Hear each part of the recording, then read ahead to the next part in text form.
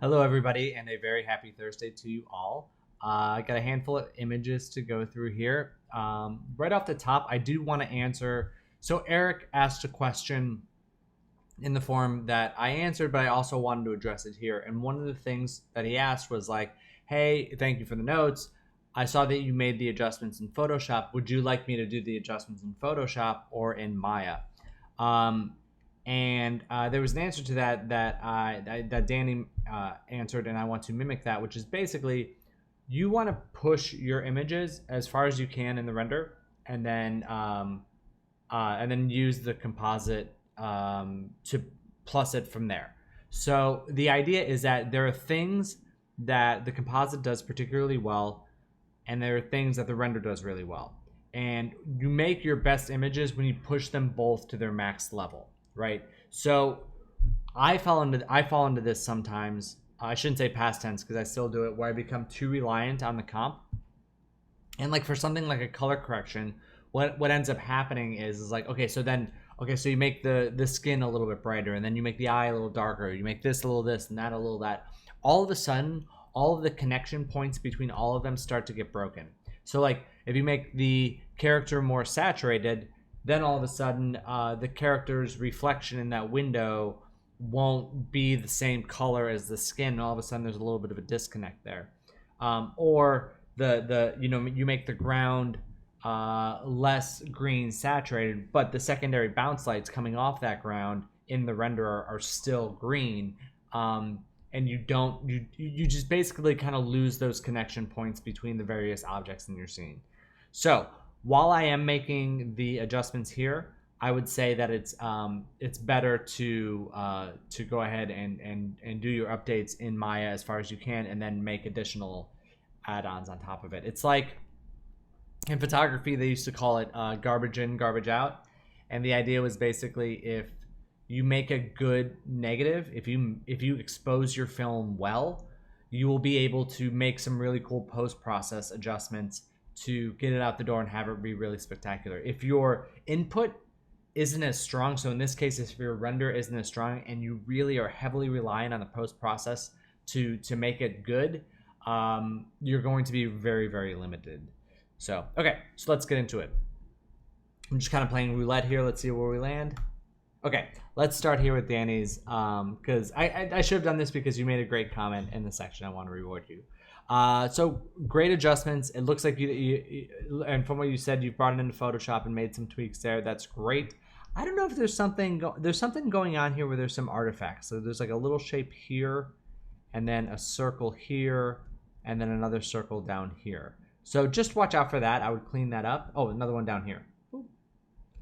I think that's all of them. So a few things that I think that you should probably tweak in the next iteration, and then I think because we're getting closer and closer and closer every time.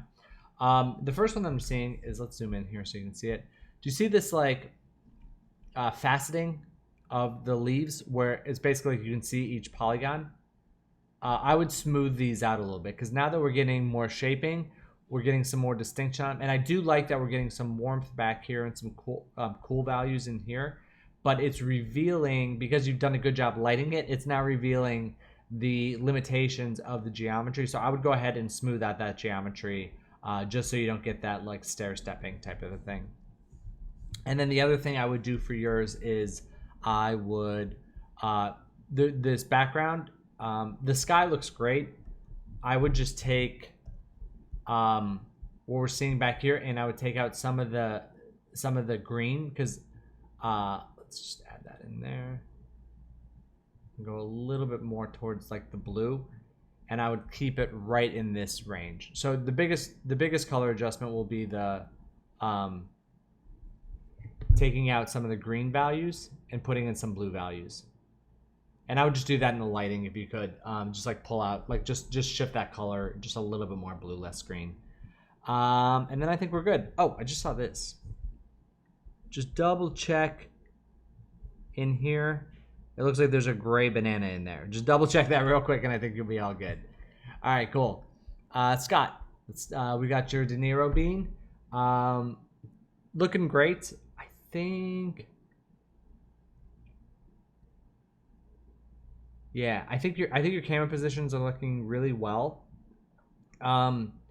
Because this is a live action thing and a CG thing, I would actually go ahead and make the eye whites just a little bit whiter and punch those up. Watch out for that specular highlight right there. I would just kill that and possibly put an eye, if you can, put like an eye there and there to kind of mimic up with where the key light's coming in from. And then if you could, just a tiny bit more. Ugh, it's tough. This is a tough one. I want to just get some more shaping right in there. And possibly because the hair color is a little bit different. Like his hair is much lighter and grayer than Mr. Bean's, which is much darker. I would go ahead and make the hair just a little bit darker. Let's go ahead and mock that up real quick. Just like a little bit more in that range.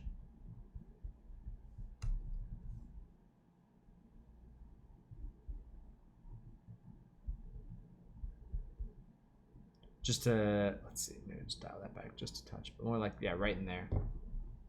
So just darken up some of those elements up there. But yeah, all in all, looking pretty good. And then maybe I'm looking at, this might just be their different skin tones. It just looks like Mr. Bean has a little bit, like a touch more yellow in him. Let's see if that's true.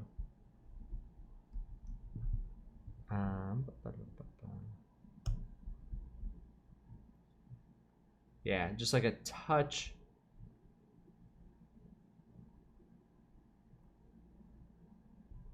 Yeah, a little bit more cyan, a little bit more blue into that.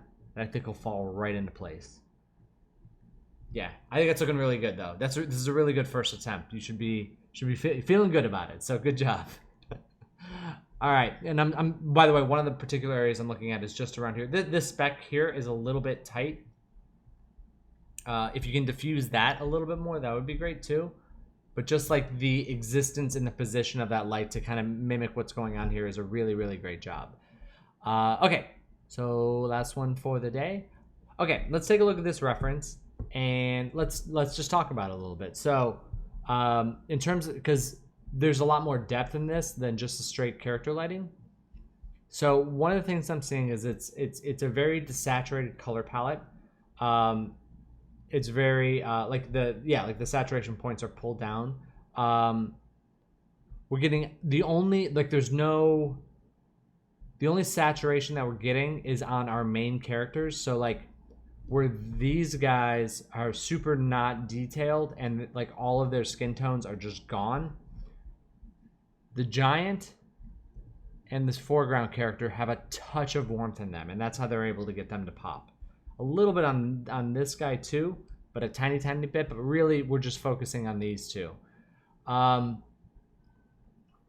lows like, and then a lot of value down here towards the low points, like these kind of rich dark values, and then not so much near the top. So if we go into this, little bit more, yours is a little bit more shifted more towards the high end and less towards the lows. Let's see if we can. Like it would kind of fall a little bit more in that range there. And then the bigger things too is if you look at the reference, like because this is an overcast day, all of the shadows are going to be very diffuse because the sun is passing through the atmosphere and through the clouds, and same thing here. So we're not going to be getting these very sharp shadows like right in here, right? And same thing on the torso. So we're not going to be seeing like that. It's going to be softer. It's going to be more diffuse. And in terms of, like, you kind of have that desaturated color palette working, but then the warmth would be a little bit more towards the orange side. So let's take a look at that.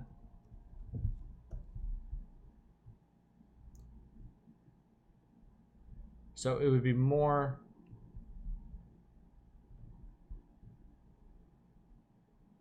like where there are pops of sunlight in there, there'd be more like along this line in terms of color. And then Yeah. So and then like because like if you look at her stomach or her yeah, like just in this region here, like there's a lot. It's like blue. There's a lot of very cool blue values, and I think you can definitely warm that up quite a bit more. I know it's in the shadows, but it's starting to fall off of skin tone to the point of where she almost looks like when you're creating. And it depends on if this is the hero or not. But usually you'll want them to be like vibrant and full of life and warmth and lots of blood pumping through their veins a little bit more. So like her arm too could use that.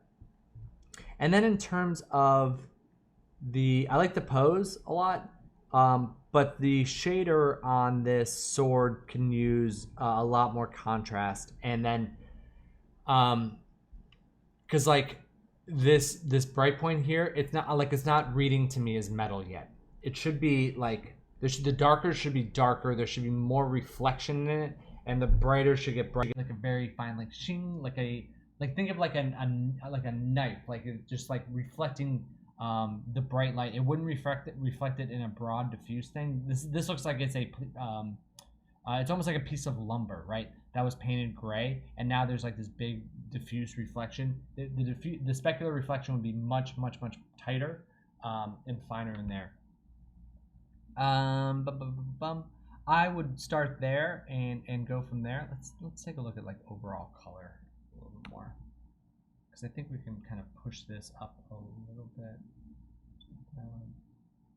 Get some more dark values in there a little bit.